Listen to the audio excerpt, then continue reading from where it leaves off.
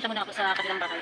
Itatanim ko muna ang aking mga punla. Meron akong longgan tsaka dates. Itatanim ko kasi maulan na pwede nang magpunla. Ito yung dates, yung nabubuhay sa Saudi. Tatry ko kung tumubo kasi siya. Tatry ko kung magiging iyang doon sa lupa ko, sa lupa ng nanay ko doon sa Suba. Try ko. Kasi lagi nang umuulan, mabubuhay na to.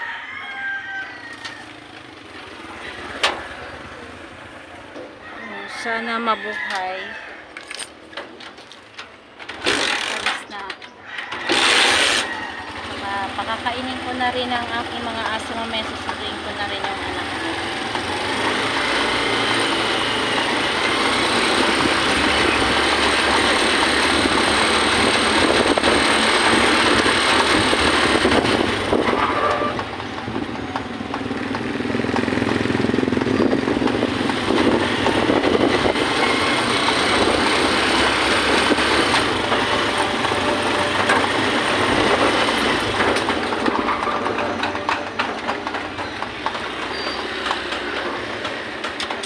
Yung pinto ng aking tricycle.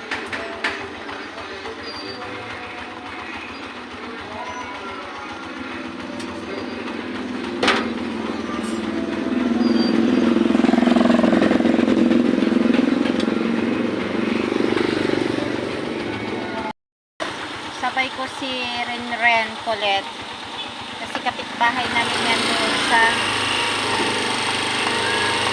kapitbahay namin doon sa Suba. Kailan bakasyon nyo, be? Ano rin yung bakasyon? Mid-honor ka ba? Mid-honor ka? Hindi mo pa alam? Tapos ka na mag-exam?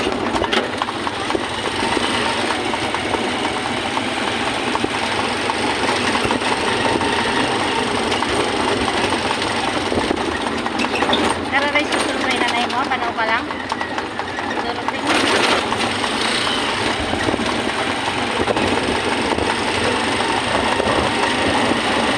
Medyo malayo-layo din yung nilalakad. Pero dito sa probinsya, malapit lang yun syempre sa mga bata. Dahil sanay silang maglakad.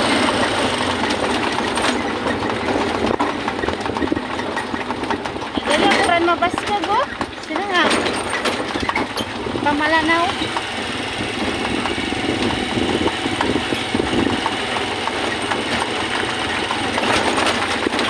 Biya kang chubaya mo patay si Marito.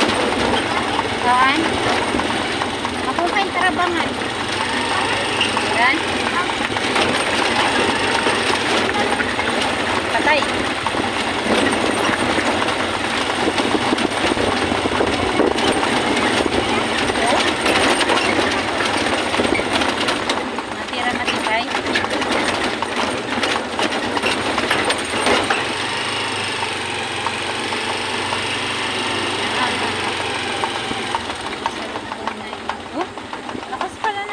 Dito, be.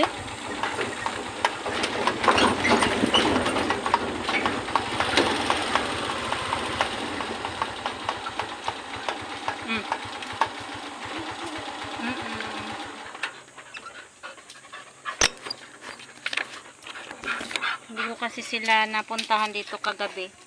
Dumi na lang pa ako. Tuwang-tuwa sila.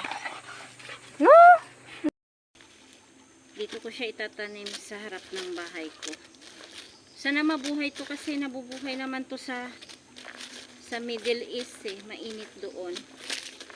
Sana mabuhay siya dito sa puyo.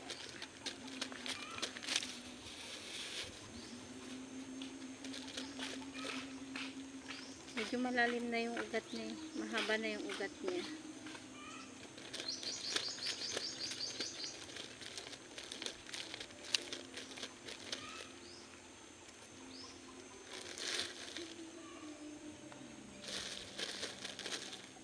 So,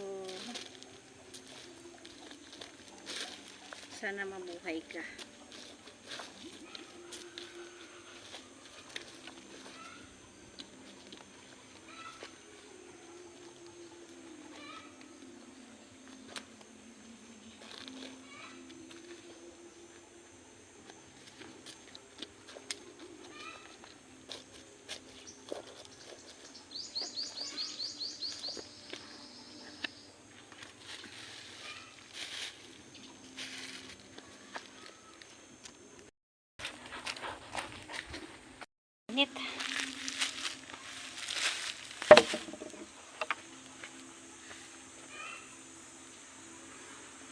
Diligan ko muna.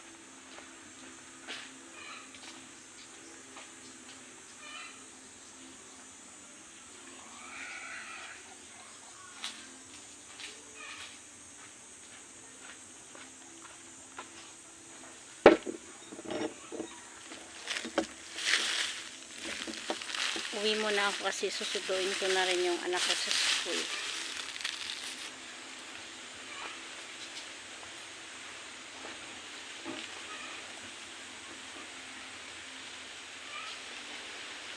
Saka na ako magwawalis dito sa aking bahay.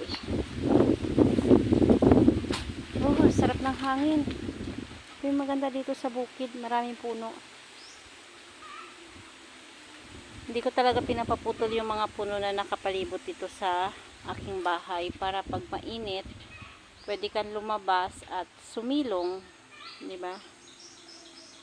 Malaking tulong yung mga puno. Sabi nga nila, hindi kailangan ng aircon, kailangan ng punong kahoy. Kaya yung bahay ko dito sa baryo, napapalibutan ng mga puno.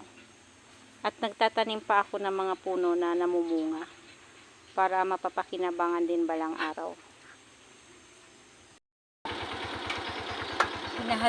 Nahatid talaga ako ng aso ko. Tanner! Ayan siya. Nahatid niya ako. So, ayan. Kung nakikita niyo, nakaabang. Naghahatid yan sa akin. Hatid mo si Mama Be. Bye-bye! Uwi na ako! Yan. Naghahatid siya sa akin. Yan. Uwian na ng mga bata galing sa school.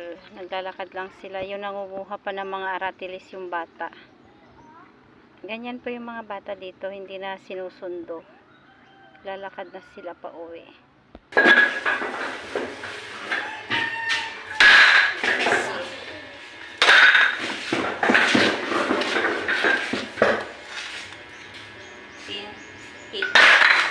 Inagat naman sila.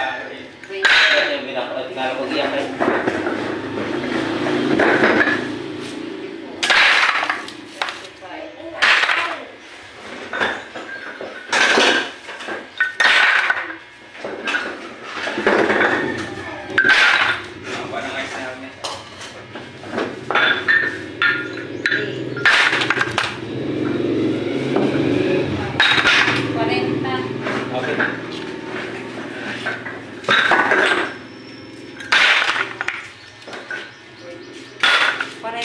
Okay.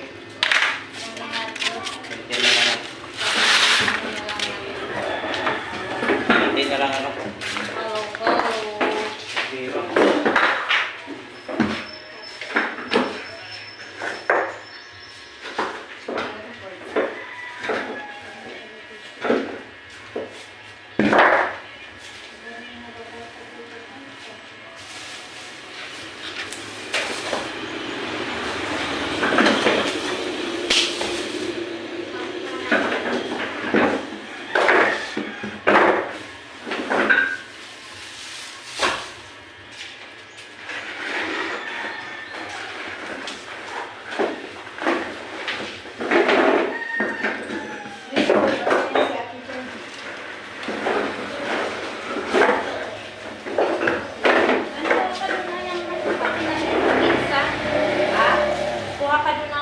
Sa pizza para hindi nakadiretso doon.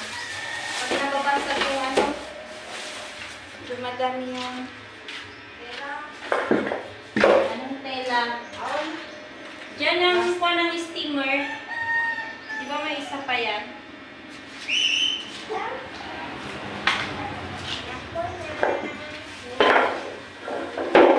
Or mas kita perfect